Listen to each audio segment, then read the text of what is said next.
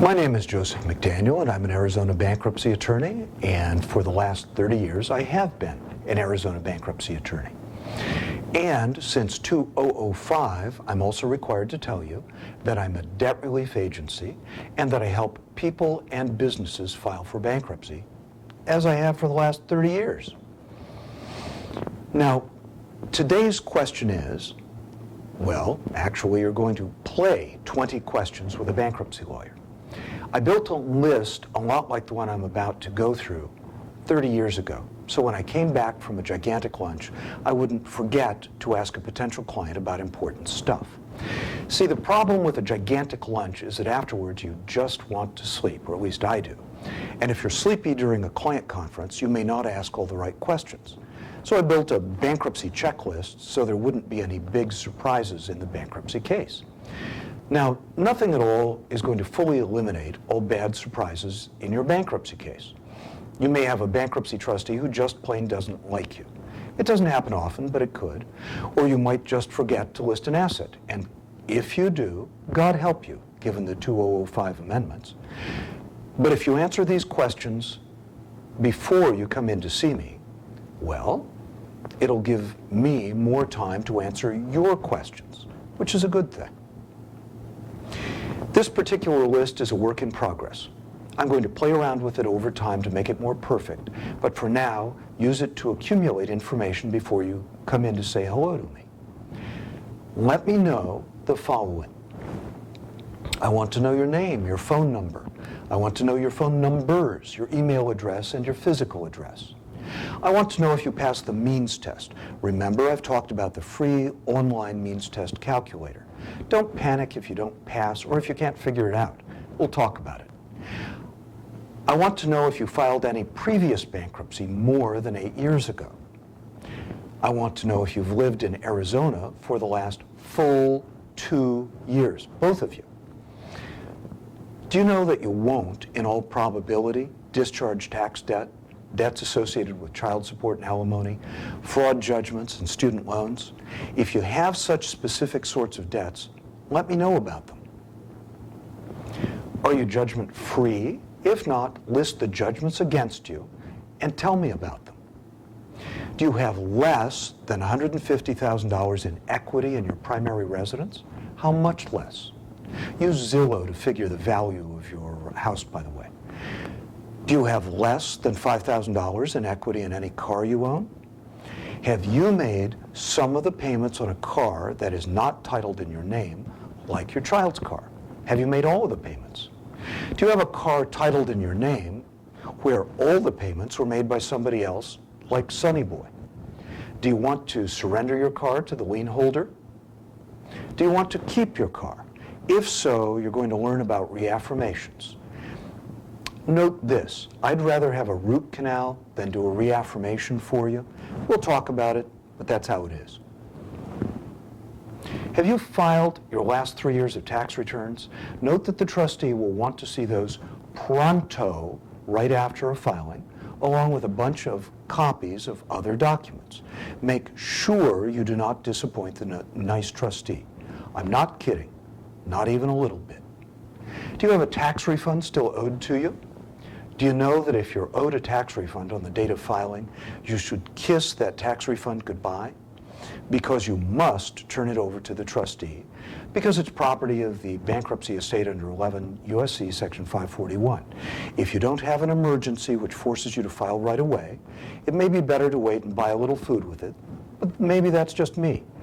You might someday get a prorated slice of a tax refund back from a bankruptcy trustee, but you'd better count it as though it's gone forever on the date of the filing.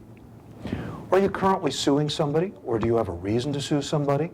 Because you must list your cause of action in your bankruptcy schedules and lists, and the trustee will own it when a bankruptcy happens. So if you were looking to collect on your whiplash lawsuit, forget about it. It belongs to the bankruptcy trustee. Have you been accused of fraud in any context? Have you actually committed fraud in any context? For instance, did you sort of lie like a dog about making $1 million a year in income so you could get a big limit on your credit cards? Tell me now, it'll be less painful than if I have to find out later. And it's not like I've never heard it before, whatever it is. Do you have big non-exempt assets like other houses, real property in general, stocks or bonds, jet skis, airplanes, boats, toy haulers, three-wheelers, dune buggies, gliders, hot air balloons, Waterford crystal collections, Beanie Baby collection, stock options, or any other big stuff which the trustee could sell to pay your creditors? Tell me about it. Do you have retirement accounts like 401 pension accounts of any kind? What kind and how much is in them? By the way, you'll probably get to keep them. Do you have an inheritance to which you might become entitled within the next year or so? Another way to ask this is the following. Do you have a puny, rich relative who loves you a lot and who's going to die soon? Because if so, and they go to heaven within 6 months of the date of your bankruptcy filing, the inheritance you might have gotten goes into the bankruptcy estate. Or you lose your discharge, or both. Do you need open heart surgery or a brain transplant to see if you're paying attention? If so, maybe we wait until after the surgery. Are you planning to get a divorce soon? If so, leave now.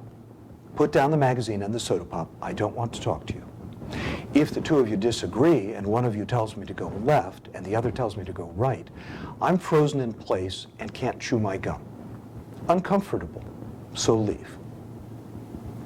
Are you employed? Are you self-employed? Tell me. Do you own all or any part of a corporation, limited liability partnership, or any other business, or a DBA? Talk to me a lot about your business if you have one.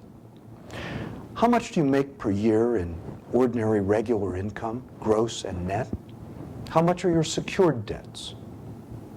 How much are your unsecured debts? Have you bounced checks that you didn't immediately cover? Note that that's a bad idea. Do you have dishonored gambling markers from Las Vegas? I'm not kidding. That's a big deal. You could go to jail. Do not pass go unless it's handled properly. Have you made any transfers of any sort in the last year? In the last 4 years? What were they? When I say transfers, I mean, did you give the Corvette or the real property to mom or your sister or your brother? Do you have check registers that show where you've spent your money or other records? Do you fully understand that you have to list all your creditors even if you want to pay them or you dispute them or you love them or you hate them or their relatives, and that you must also list the collection agencies and lawyers who tried to collect for your creditors? Did you get it that you have to list all your creditors with correct addresses and zip codes and account numbers? And that I'm telling you to pull 3 credit reports as a safety net, although you'll want to review your own records first, of course. Did you get it that you have to list all your assets, even the broken down truck with no transmission, and even the pyramid scheme related $4 grand worth of stale cosmetics in the storeroom? And you'll get in big trouble if you don't list all your stuff and maybe go to jail? And that the trustee has antenna like My Favorite Martian, and the trustee will, not may, know if you don't list stuff? No, I'm not kidding, actually. Under their hair or behind their ears. Did you get it that you have to list all your assets and put a value on them, and that you have to value each television separately? You can't say 6 televisions, value unknown. One quick question here. Do you understand that you're going to have to list all your debts and all your assets, and if you're cute, the trustee will be your worst nightmare? And they will wish you had never filed and never been born? I'm just checking. Did you stop using your credit cards at least 90 days ago? This one isn't fatal, but do tell me. Did you repay a debt to a relative within the last year? That's a big debt, big repayment, big problem. It's a preference. Did anybody co-sign on any of your debts? List them on your list also. Did you co-sign on a debt for somebody else? List them. Do you understand that you have to keep me and Heidi informed if you move within the next 3 years, because your case may well be open for 3 years?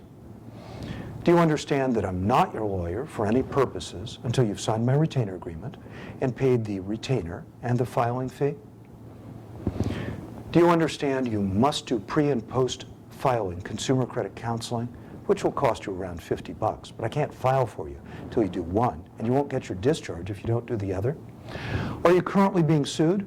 Why? What's the answer date? Or was it already answered? Or do they have a default against you? Is there a trustee sale scheduled on your primary residence? Losing that may change the means test calculations, by the way.